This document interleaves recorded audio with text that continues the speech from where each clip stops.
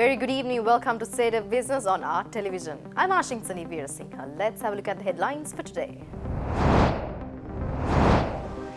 Government plans a supplementary budget estimate to settle the unpaid bills of the previous government. Central Bank shows high hopes for the growth rate for the year 2020 and expects over 4%.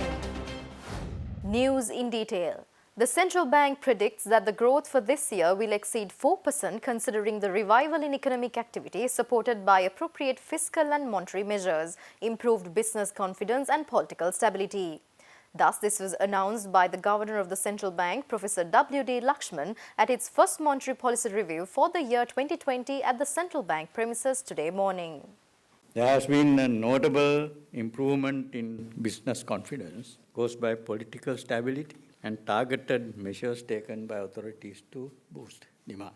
With these developments, growth is likely to start going up and will exceed, we predict, exceed 4% in 2020. Credit to the private sector has gradually commenced expanding. Revival in confidence and revival in economic activity, fiscal measures, the credit relief package, declining interest rates will help sustain the acceleration of credit growth over time. Meanwhile, the Central Bank Governor, Professor W.D. Lakshman, further added that the Monetary Board of the Central Bank of Sri Lanka has decided to reduce its standing deposit facility rate and the standing lending facility rate by 50 basis points to 6.5% and 7.5% respectively.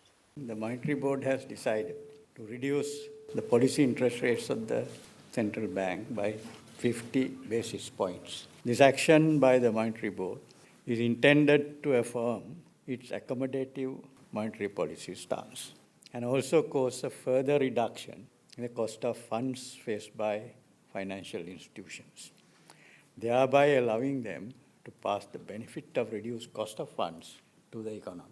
The board took into consideration several macroeconomic developments in making this decision. On the inflation front, the recent acceleration of inflation, particularly at the national level, has been a concern. However, there were several factors to suggest that this acceleration in inflation is going to be short-lived. This acceleration was caused by food inflation rather than any overheating of the economy. Domestic supply conditions are already gradually improving.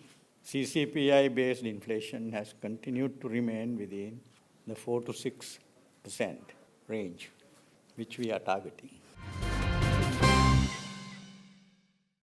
Cabinet spokesman Minister Dr. Bandula Gunawardena says that Finance Minister Mahinda Rajapaksa, who is also the Prime Minister, will make a special statement in Parliament and will seek the opportunity of going for a supplementary budget estimate to settle some arrears payments of 130 billion rupees.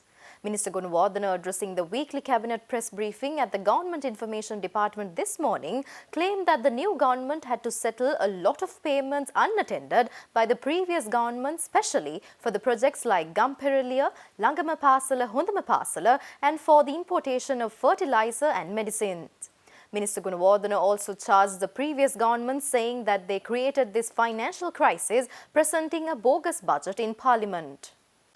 ආණ්ඩුවක් ලෙස ඉතා විශාල මූල්‍ය අර්බුදයක තමයි ආණ්ඩුව ගමන් කරන්නේ.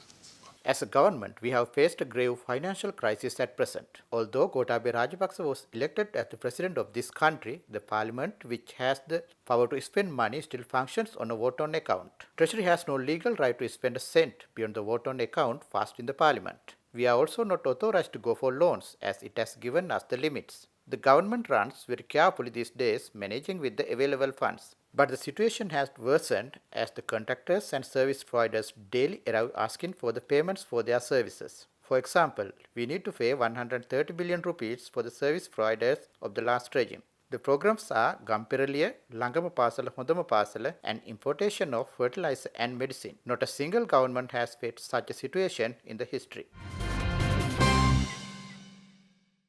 The spread of deadly coronavirus has been the center of attention these days, and adding the opposition's stance on the issue, UNP General Secretary Akila Viraj Karyavasam yesterday blamed the Government Medical Officers Association and relevant authorities of modulating the growing threat posed by the coronavirus. Addressing the media at Sirikota premises yesterday, Karyavasam alleged that the government and the GMOA had misled the public by claiming the situation was under control. MP Karyavasam added that Sri Lanka still lacks essential equipment to do experiments on coronavirus. UNP General Secretary also said that biosafety level 3 laboratories are needed to experiment the blood and other bodily fluid samples to ensure the disease does not spread among the lab experts. He is also in the wave that N95 masks have to be made available, especially to medical officers, since other kind of masks are not sufficient to prevent oneself. Moreover, the former minister said that even school activities and other mass gatherings would have to be reduced, urging the government to take the danger far more seriously. Meanwhile, dwelling upon the same issue, Janata Vimukti Peramuna leader Anurakumar Dissanayake yesterday highlighted that recommendations of experts on the matter must be looked into in order to minimize the impact of coronavirus. He added that the virus would be mainly entered to the country through the airport and therefore the screening process of identifying persons infected with the virus must be efficient. Stay tuned for more news after this short break.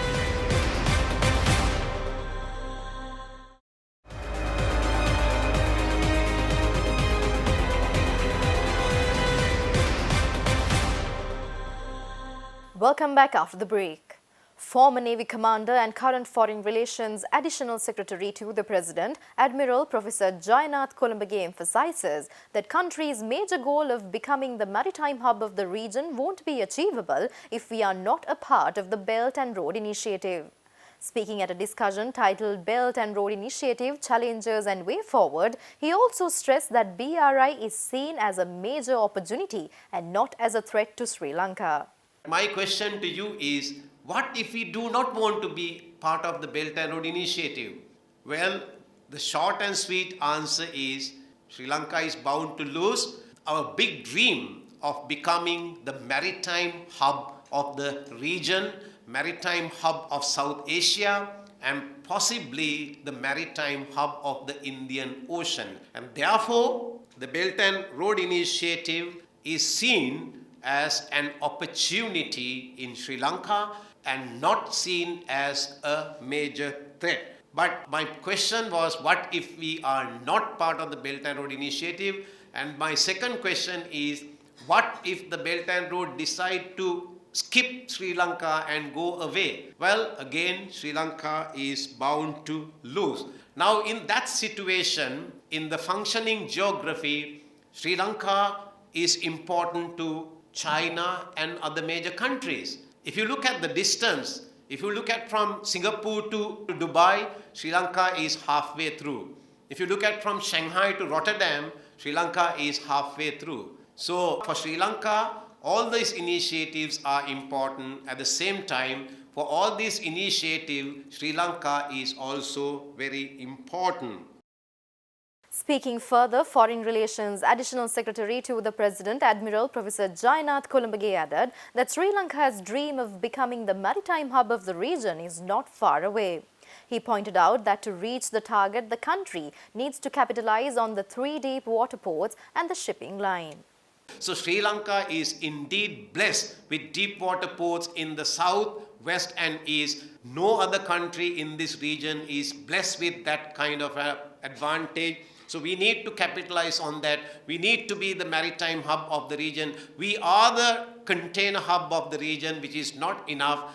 We don't have many resources to export. Of course, we have many things, but we don't have many things to export. But we can capitalize on the shipping, which is the east-west shipping line. 50% of containers, 72% of world energy, and 35% of bulk cargo are transported just 12 nautical miles south of Sri Lanka. So that is a gold mine which we have not been able to exploit because of various reasons, and we need to be the maritime hub of the region, and we need the support of all connectivity initiatives, not only BRI. If the other connectivity initiatives are becoming operational, we will need the support of all these operations, all these connectivity initiatives to achieve our dream of maritime hub status.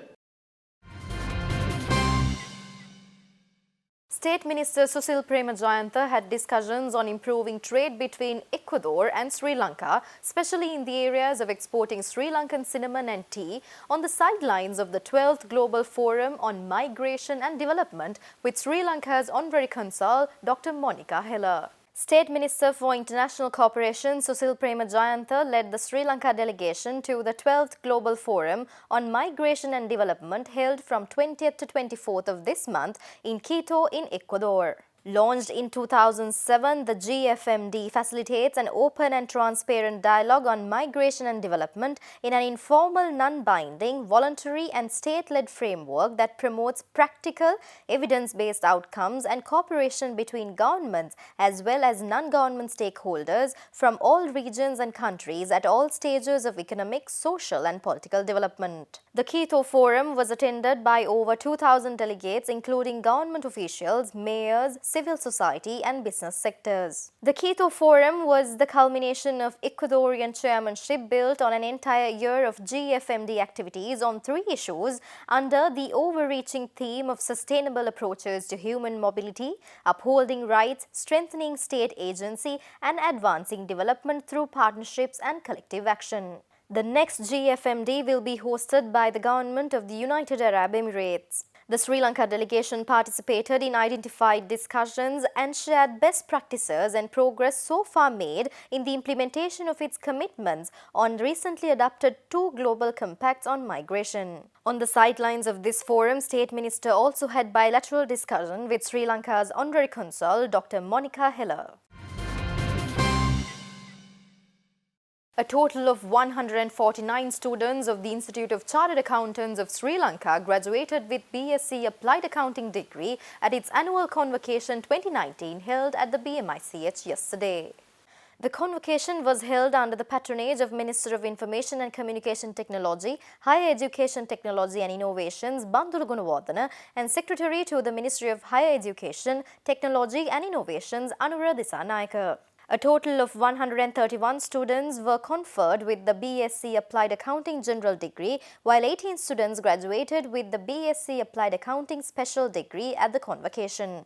Emma Bernadette Fernando and Dinushki Mari Valentini Herath were conferred awards of academic distinction at the convocation for their academic excellence. President of CA Sri Lanka Manil Jayasinghe noted that within a relatively short span, the CA Sri Lanka degree program has gone on to become one of the most popular accounting academic programs offered in the country with over 1,500 students following it since it was launched in 2013. Stay tuned for stock updates after this short break.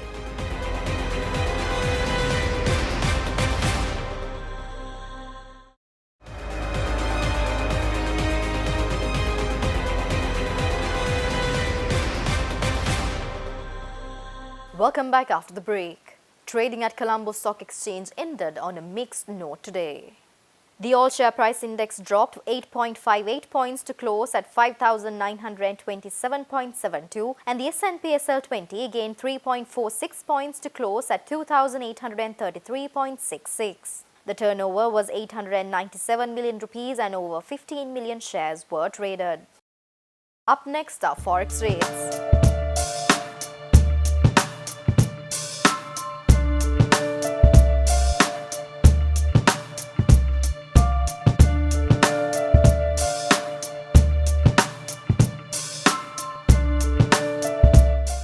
With that, we will end today's news. Do not forget to send us your views, comments and ideas via our email address and our hotline. And log into our Facebook page to be alert on the latest updates. We are signing off tonight. See you tomorrow at the same time. Until then, take care. Good night.